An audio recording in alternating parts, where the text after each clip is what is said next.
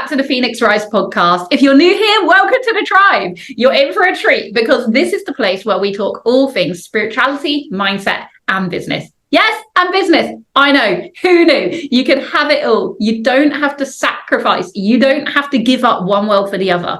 Over here, you get spirituality and success, ambition and awakening, 3D and 5D, because you were born worthy, babe.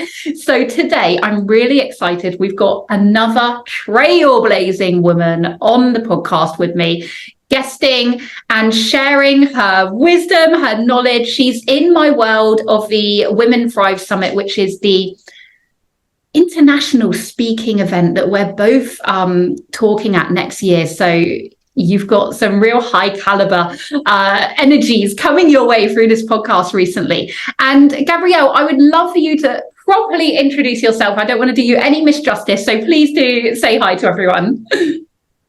Yes, awesome. Thanks, Claire. Yeah, I'm Gabrielle. I am a wife. I'm a mom. I'm a friend. I'm a multi-business owner. And I love this term trailblazer because I think I have broken every barrier or status quo, kind of along all of my journey. And always felt I was alone in that. But now I've started to embrace it and find more women like yourself that are kind of in that same boat. And so it's been so great finding my tribe and excited to share more with your community today.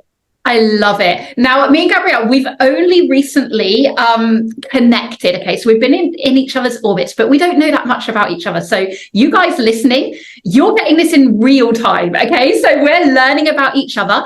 But what I want you to remember when you're listening to this podcast is everything channeled through us is for a reason. If you're listening, trust that the message that comes out is because you're meant to take something away from it, okay? It could be something you've heard a million times before, and suddenly it lands a bit differently. Suddenly you see it in a whole new light. So just trust that if you're listening right now, something is going to land with you. Something is going to resonate for you. Something is meant for you. So with that being said, without further ado, we're going to dive in. Now, we had a couple of topics. We were like, oh, shall we talk about that? Shall we talk about that? And one thing that Gabrielle mentioned to me that I was just like, my whole body was like, yes, we're going to start here and just see where we go, is the fact that you are also a multi-passionate. And I love talking about this because it's not something that many successful entrepreneurs talk about. And it's also something that has a lot of stigma. And, we can kind of get classed as what's the word? What's the word, Gabrielle? Like airy, like you can never commit to something. Yeah, and like kind of chaotic, right? You're always Exactly. It's like, you're a jack of all trades, master of none, this kind of thing. And actually the opposite is true. We're actually masters of many things, and we know where our strengths are, we know where our expertise are, and we can tailor those into different markets, into different industries, into different niches, because having a niche for me puts me inside a box. And as soon as someone puts me inside a box, all I want to do is break the fuck out. So what we do is we stick to our area of genius, but we know how to integrate that into other areas. So Gabrielle, I would love for you to just start and maybe just start with your journey of how you became a multi-passionate, your experience of going from, niching down to opening yourself up to a whole new world. Yeah. And I think when I look back, this started when I was very, very young, early, I think right out of the school, even before college or university, I was joining those, multi-level marketing groups because I'm like, oh yeah, I could do that and work a job. And I would try all these different things. And it did take me a long time to find, right, where my passions actually could focus in those areas. But yeah, I mean, I think have to kind of dive down and really figure out who are you at your core, so that way what those passions are, so that you can show up in them. And I will say, even, I think you and I are maybe on a little bit different sides of the coins around niching down, because when I tried to just say, I am a product person, I can do everything for all the product teams, for all the product people, what became very hard is how did I talk about it, and how did I sell myself enough that people would introduce me in rooms that I'm not in. now, you start to figure out how do all those multi-passions tie together? Like, what's that kind of common thread, right, that strings them all together? And that's been really helpful for me to be able to kind of discuss who I am and what I'm really good at. But yeah, and I think too, like being open that it evolves. For the longest time, I was like, if you give me nails and hammers, I'm going to go tear something up in the house because I love that. That was my creative outlet. Right now, no, I don't even want to look at it. I'm going to hire someone else to do it because I want to use my time and my passion somewhere else. So I think that's the other part too, is people see, well, you're not doing the same thing every day, or you're not doing the same thing for the last 20 years. And I just think times have changed, right? Like you can learn something new on the internet every day, every 5 minutes. So it's not like where we used to have to do the same thing for 20 years to be considered to be successful. Yeah, I love that. And I think I would like to just touch upon, so the niching there. So for me, what I automatically think of when someone tells me to niche down is I can only talk about one thing, right? That's for me what I see as a lot of people market as a niche. Now, I niche in the aspect of I work with visionary female entrepreneurs, right? That's kind of a niche, but I do it in many different ways with many different offers, with many different products, from speaking on stages to having online courses to having a crystal business. There's so many different ways in which I work with my niche. And I think for me, when it's people saying, you can only work in this way with these people, you can only talk about one message, that's like a hell no. I don't subscribe to that. But I do think what you're touching upon there is really important. So I just want to clarify this for the audience, is that yes, you need to know who you serve. You 100% need to know who you serve, because like Gabrielle said, if you're trying to service everyone, you service no one, and no one knows who you're talking to. So you 100% need to know who you are here to help. And 9 times out of 10, it's a past version of you. So it's pretty easy to dial it in. It's just figuring out, where you were in that point in time.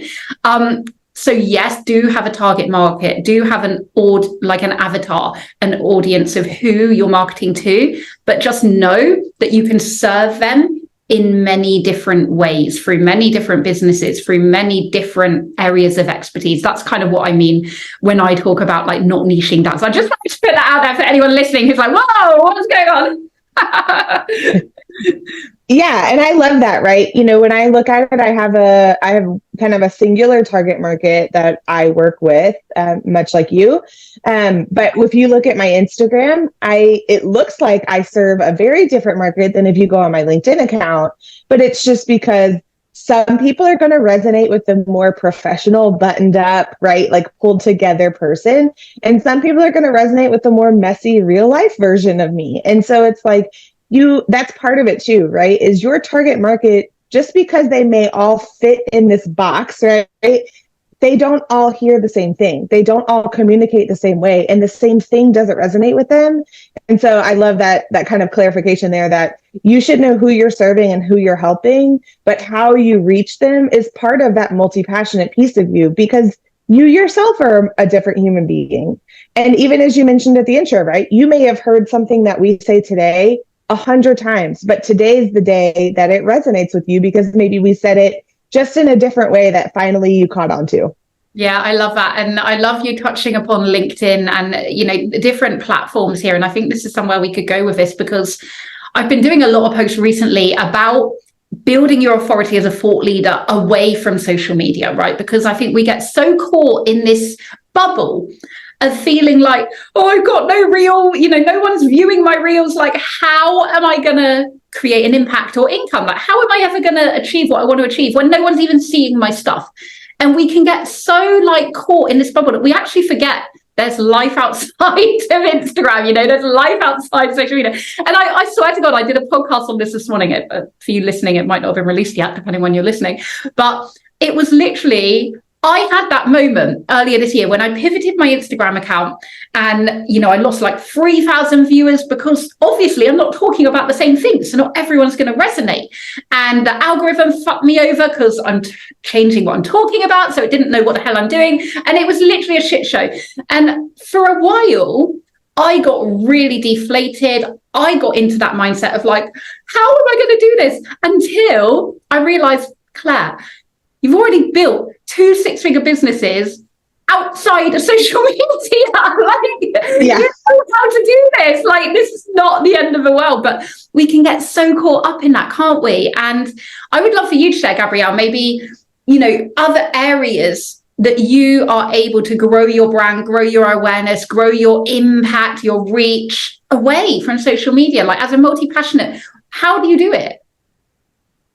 Yeah. You know, and I think it's hard too, right? You know, the world has just changed, and sometimes for the better, sometimes for the worse. But I think a prime example that I tell people too is it's great to build those initial connections online, but you have to foster them in person. And because we are humans, we want that kind of connection. And so I think a very prime example of this is I live in the States, and I built a relationship on LinkedIn actually with another product leader the other thing was I didn't have any goal, right? It was just, she's several steps ahead of me in the game. I really respect her thoughts and what she shares. So we kind of just built this relationship. And it just so happened we were in New York at the same time. I commented, hey, I'm here too, thinking nothing of it, but just, hey, we have another thing in common. And wouldn't you know it, she invited me to a dinner with all these other product leaders. And I since now have met multiple of them in other states. And like that, again, that thread, right? We pulled it, and now it's built many more relationships. And so I think it's interesting in this world where everyone's talking about remote work or reaching people on socials. Like, that's great, because Claire and I would never meet if that weren't for the case, right? I would never be speaking to people in London unless I got to cross it off my bucket list and get on a plane and go there. But professionally, I probably would never have these relationships if I didn't expose myself on social media or, you know, spend time in this kind of online world. But there is a difference about getting to meet people in person, because I don't care who you are not 100% yourself online. You just aren't. And so we all have to have that kind of in-person connection and to get to know each other better. I absolutely love it. I just love the synchronicities of the universe, because like a lot of what we're talking about now is literally what I talked about in this podcast that I did this morning. And it's so obviously this is what's needing to come through today. But I love what you said there about that thread, right? Of meeting that one person, and then it opens up all those other doors. And this is something that I talk about a lot, because when you start to raise your frequency, your profile, you start to become the visionary, the thought leader, the authority, right? The bigger brand that you're here to be. You know, you don't just want mediocre, you want amazing, you want extraordinary, you want to live a legacy, right? These are the people listening to this podcast. When you start to embody that frequency and you start to properly connect with other people on that frequency, it opens up more doors. And not suddenly, it happens overnight, but it feels like suddenly your whole world of the people that you're surrounded by has changed, because the people that you used to be around are no longer a vibrational match. And the people that you're now around, whether it's online, whether it's in real life, but they're in your orbit, are also radiating at the same frequency. And a prime example of this is this Women Thrive Summit that Gabrielle and I are both part of. All of these podcasts, if you're a follower of a show, all of these guests that I've had on this podcast, well, 90% of them have been through this summit, through the connections that I'm making, through the landscape of what is now my orbit of the people that I'm around, just because I fully embodied my identity of being an international speaker. And when I embodied that, I became that. And when I became that, that frequency vibrated out and it drew others in. And I think this goes exactly in alignment with what you're saying, Gabrielle, about it just takes one person to open, like the domino effect, right? It's just like, and it just happens. And I think, I love that you're talking about your frequency and kind of who you attract as well, right? Because this example of even just the Women Thrive Summit, right? this is not the only international women's speaking group. This is not the only stage that any of us could be on. But there was a reason, I think there's 50 of us, that these 50 of us are together. And I can tell you right now, like London is on my bucket list. And I now have a list of women when I get my butt over there, right? I can call them up and say, okay, I'm here. Let's meet. Let's whatever. And then you never know what's going to happen when you do that. But the universe is putting these people in your life for an exact reason. And I think the biggest part is being open. We don't know what that reason is.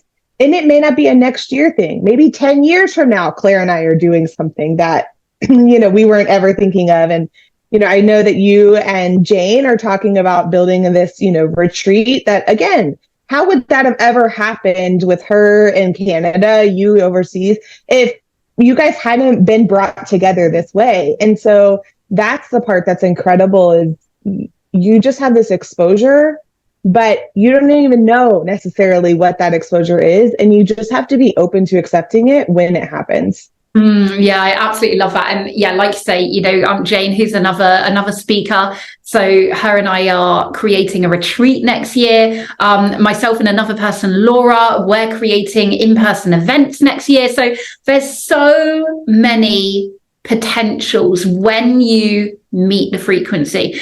And I think something that I would love us to maybe explore, Gabrielle, is, so as a multi-passionate, how do you channel? How do you know? So let's talk about you. How do you, I'm trying to work out how to say this. How do you know where to spend your energy, where to put your focus?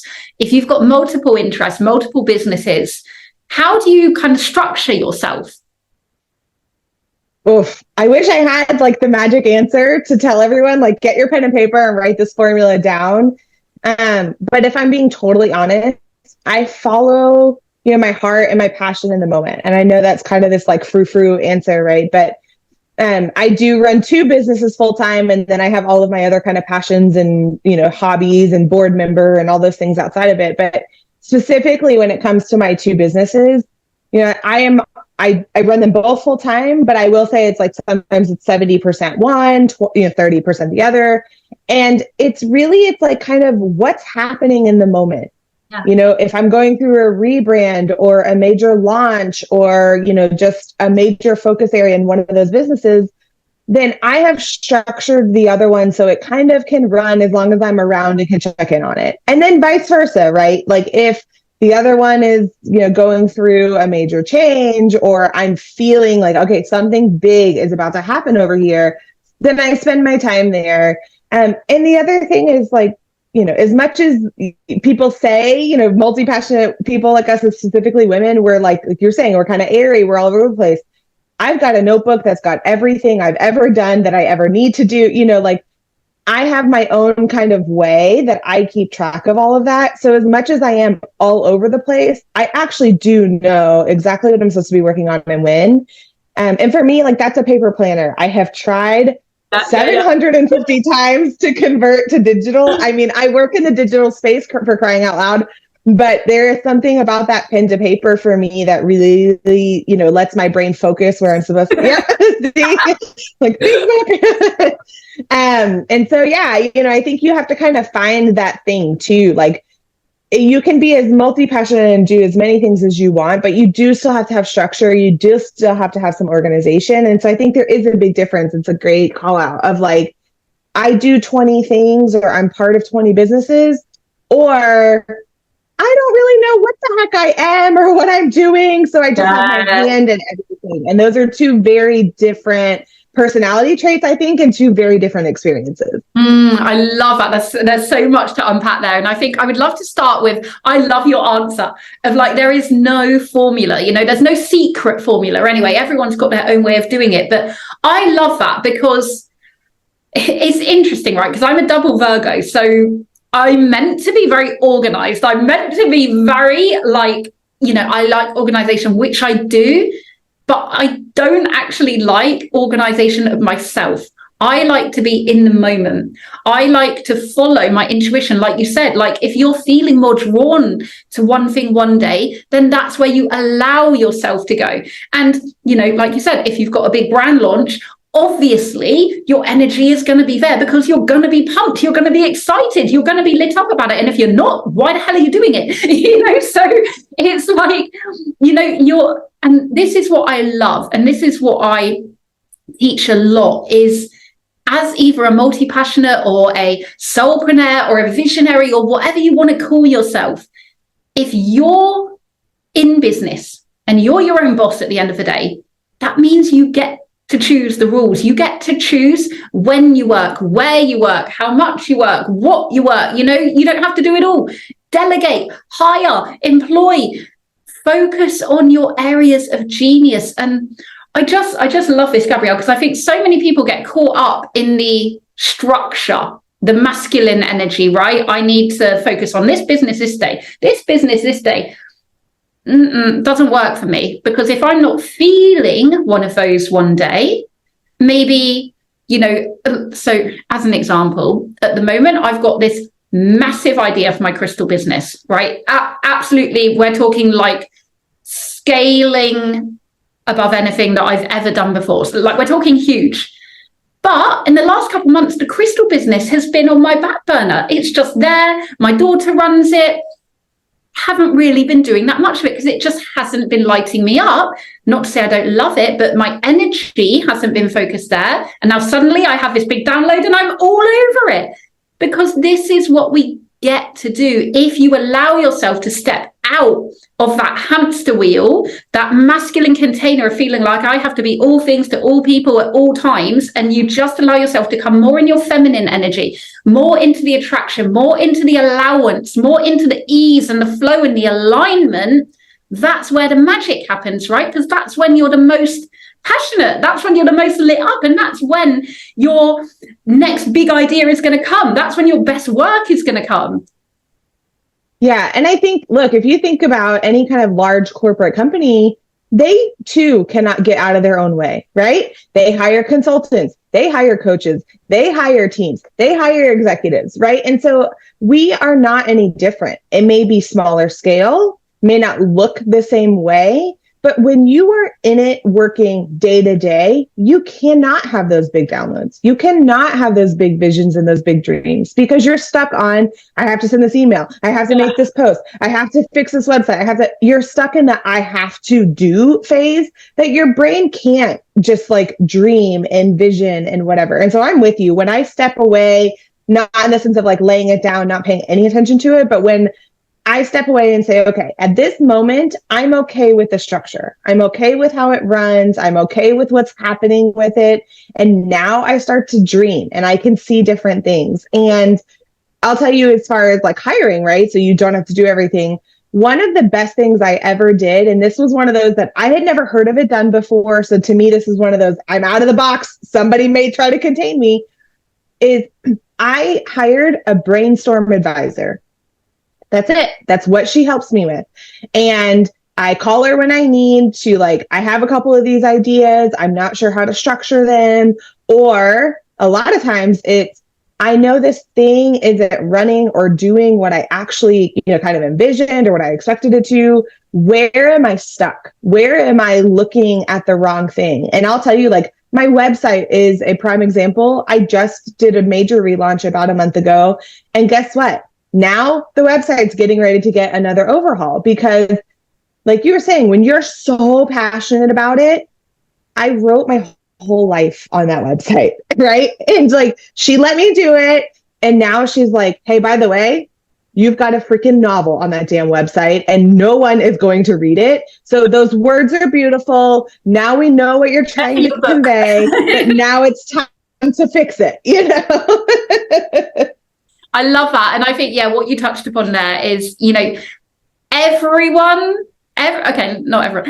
successful hires coaches, hires people to help them, because no one knows everything, and you can't Google a blind spot. You can't Google something that you don't even know you should be looking for.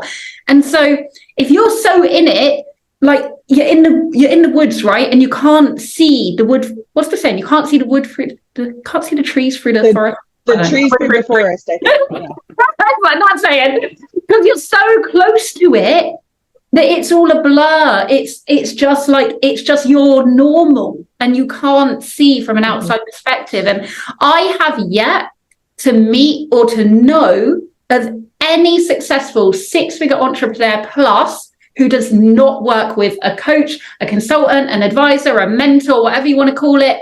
They don't work with anyone. I don't know of them. If they exist, you let me know, because I don't think they do. Because I mean,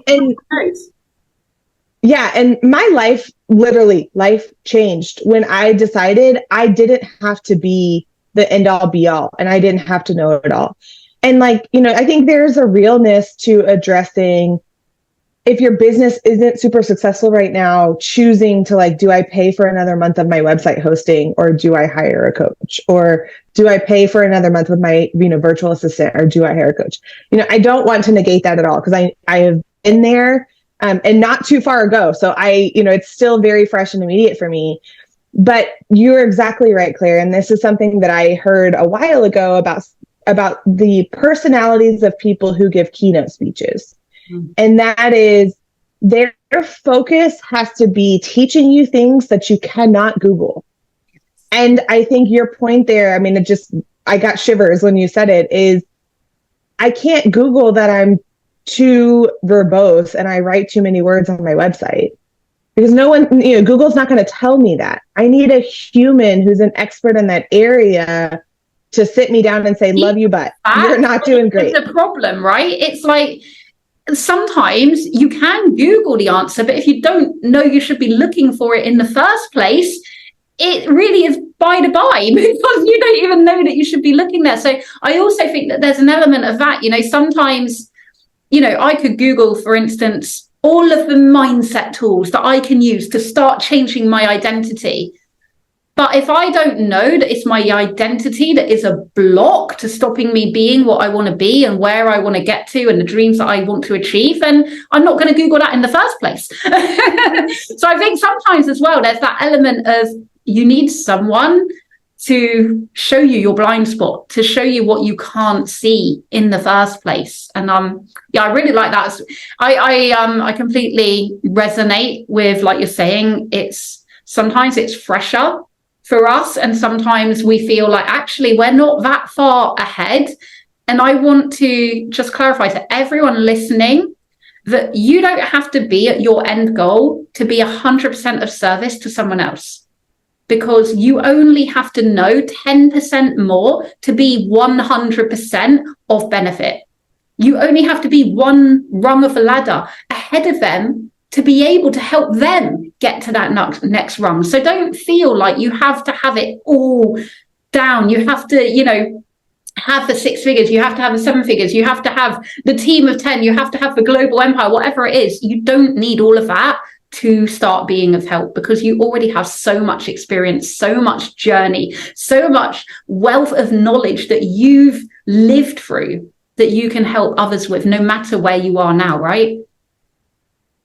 Yeah. And I think especially those of us that are coaches and healers and guides and consultants, right?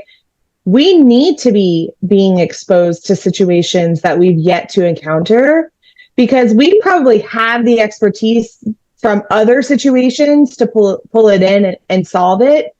But until we see it, we can't advertise, or we can't tell the world, I can help you solve X, because you didn't even know X, like you said, in the same vein, we didn't even know X was a problem. We didn't even know these people were having these issues.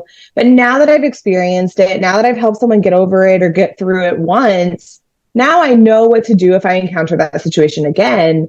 And so again, that's the other piece that like AI is trying, right? But like, we're not there yet where a computer can start to piece together like, okay, this happened in this situation, and I did this in this situation, but they were a little bit different. But if I bring them together here in this current situation, it's a totally different experience. And so, yeah, I mean, I just think you have to keep putting yourself out there.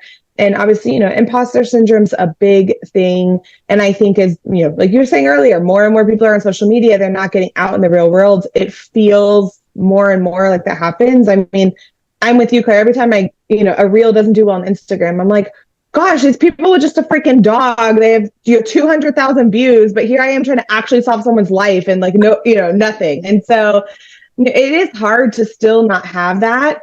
But there is something when you're just following your passions, you're not trying to force it, that you're like, okay, that one just wasn't meant to be. I'll find the next one. And so there is that freedom that comes with that, where I think imposter syndrome is less when you really are following what your heart says you're supposed to be. Oh God, I love that so much. Yeah, I mean, imposter syndrome, again, something else I talk about so much. And what I want to just touch upon there, and again, I spoke about this morning, so I'm just like, oh my God, this all needs to come through. But with social media, right, if you want to truly be someone extraordinary, okay, so you're not here for ordinary, you're not here for mediocre, you're not here for settling. You're here for more. And I want to tell you now, there's no shame in that, right? Because no one changes the world because they're a martyr. Embrace it, embody it, own it, because if you desire that, it's because you're meant for that. So no one gets to that level of success when they focus on the haters, when they focus on the naysayers, when they focus on the trolling. Because what happens, and again, I spoke about this earlier, but if you have one comment, right, that's like, whatever these trolls like to say, for me, it's always about my teeth, right? It's always something physical, never about my actual message. It's like, how can I try and bring her down? It's like, whatever, get something better to do with your life. But it's, if I give my power away to that one person, what I'm doing is I'm giving that message out to the universe that I don't have the capacity to hold more.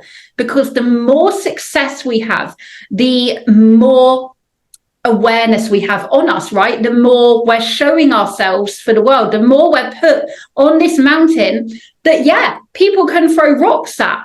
So you have to be so 110% sure in your purpose and in your why and in your North Star, like you're saying, Gabrielle. Why are you doing this? What is your big why? If that is not strong enough, then that one person, that rock, it will knock you off the cliff. You will go into that whole, You need, your why is like a glass cage around you that those rocks just get kind of bounced off of, because that you're going to get the rocks. You're going to get the rocks. And the more people you want to impact, the more those rocks are going to come. But it doesn't matter, because your why is more important. The people that you're here to help, the message that you're here to deliver, the movement that you're here to create is far more important than those 1, 2, 10, 100,000 people, depending on your scalability, right? How big do you want to go? How much change do you want to make? It's part and parcel. So I just wanted to touch upon that of the social media thing. If you want to be someone, if you want to be something, if you want to create some legacy in the world, you have to be able to hold your power, your energy, and not give it away to anyone that is on a much lower vibration, right? That is still in their cage that they've got themselves trapped in. They're still, trapped by their own limiting beliefs, by their own trauma, hurt people. So I went on a bit of a tangent there, but I just felt like that needed to come out because you're talking about social media and I just wanted to put that out there.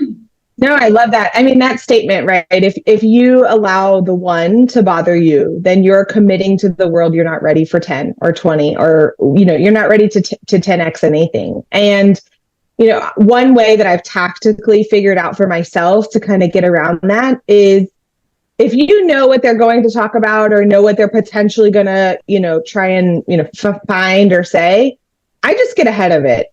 So if I've put it out in the world, you're not using it against me. The world already knew. So great, comment on it all you want, but you're not hurting anyone. And the other thing that I try to remind myself is, I personally started this kind of really intentional healing journey 2 years ago, and I'm a very different human being now than I was when I started. And I kind of look at it as if those people react that way, they haven't been that intentional with their life. They haven't been through that healing journey. And truth be told, I'm sorry for them. because I know that I'm experiencing a much different, happier, positive life.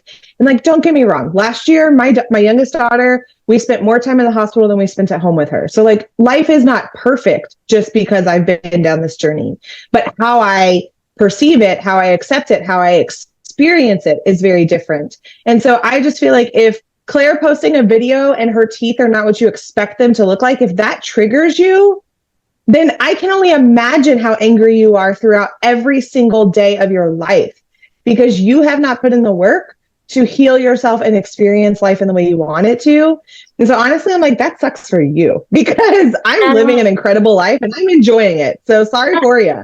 And on the back of that, you know, if I hadn't done that healing on myself, because it used to really get to me, you know, I'm not gonna lie, like it used to really, really make me sad. You know, I would be the whole, you know, everything you can imagine. That's what I used to think, until I went on my healing journey and I realized that whilst I may not love my teeth, it's, you know, it's a genetical thing that is really hard for me to fix. For reasons I definitely won't go into now. But the point is that if I hadn't gone through that healing journey, I would not be able to put myself out there as much as I do now. I would not be able to post the videos, to speak on the stages, to have the eyes on me that I put myself out there to have on me, because of my own insecurities.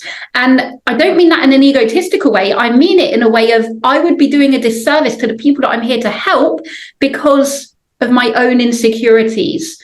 So yes, whilst it's great for me and I'm much more self-confident in my physicality now, and I love myself and all this stuff, that's great.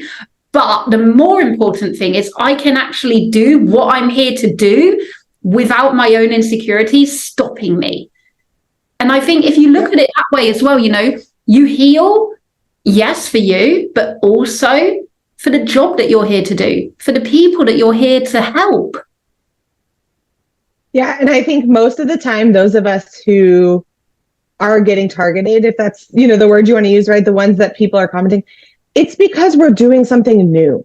We're doing something different. We are breaking status quo and we are here to change the world. And, you know, I feel like sometimes when you say change the world, people are like, well, I don't want to work with 1,000 people a year. You don't have to. Your world is however the universe has expanded you for however many people you reach. And that can literally be one person or it can be 100,000. I mean, it's whatever you want it to be. But either way, you're here to do something different and you're here to change the way it's been done. So people are going to be scared of that. That is a natural first reaction when you actually are making an impact. And so that's also what I try to remind myself of, is when my business doesn't take off as quickly as I envision it growing and scaling, I have to remind myself it's because I'm doing something in the career space that's never been done before. So I can't just shoot off a quick email and think people are going to, you know, fall into my network or fall into my community. They need time and they need space to process this big, different change that I'm bringing to the world. I love that so much. It's, you know, no one changes the world without having the doubt, without having the people who like kind of think you're mad, right? Think you're delusional, think you're crazy. What's the saying? You know, the ones who think they're crazy enough to change the world are the ones that do it. And it's, you need that kind of delusion to even feel like it's possible, because we're the ones that make it happen. We're the ones that make it a reality. We're the ones that change the path for others. We're the ones that throw out the rule book and forge a whole new set of rules. We're the ones who aren't afraid to take the leap, jump off a cliff and trust in the strength of our own wings and know that when we soar, others will follow. But we have to take the leap first as the thought leader, as the visionary, as the trailblazer, right? We have to take that leap of faith in ourselves, in our values, in our beliefs, in everything that we stand for, everything that we're here to create. We have to trust ourselves first, because that's when we get to make the leap. That's when we get to test it, right? We get to jump and like, does this shit work? You know? But if we don't do that, no one's going to follow us, because we have to always believe in ourselves first, because that's the way, right? That's the way of being a visionary. You can't follow someone else's path. You just have to trailblaze your way through it. Oh my God. Yeah. And there's the thread of our conversation right there. Delusion, right? If it looks like I'm delusional because I'm doing 20 things a year, and I am delusional because I'm trying to figure out how to balance it all, and I am delusional because I'm the first, you know? And so it's like, it's okay to be a little crazy sometimes. 100%. Like, if you're not a little crazy, what are you doing in my world? Like, I don't attract anyone that's, you know, air quotes normal. I want the crazy. I want the ones who are crazy enough to think that they can be something, that they can be someone, that they can change the game, that they can do something a different way. They're the people that I want. So if that's you and you're listening, you're in the right place. If it's not you, then I'm not sure you're in the right place. But yeah, oh my God, I could talk to you forever, Gabrielle. This is such, like, we've covered so much. I'm like, what am I going to call this episode? Again, on that thread, very quickly, this is a sign of how I work, right? I don't plan it. I don't even plan. Like, a lot of people, when I guest on other podcasts, they're like, okay, what should we call it? And then we talk about that. I work the other way. I'm like, we're going to channel, and then I'm going to think of a title after, because I don't know what the fuck I'm going to talk about. Like, I don't know what message wants to come out of me today. So again, right. I love it.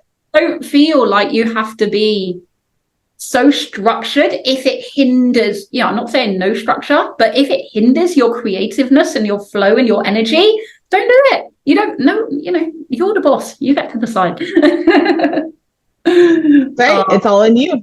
Yeah, it's all in you. Gabrielle, I would love for you to share where people can find you.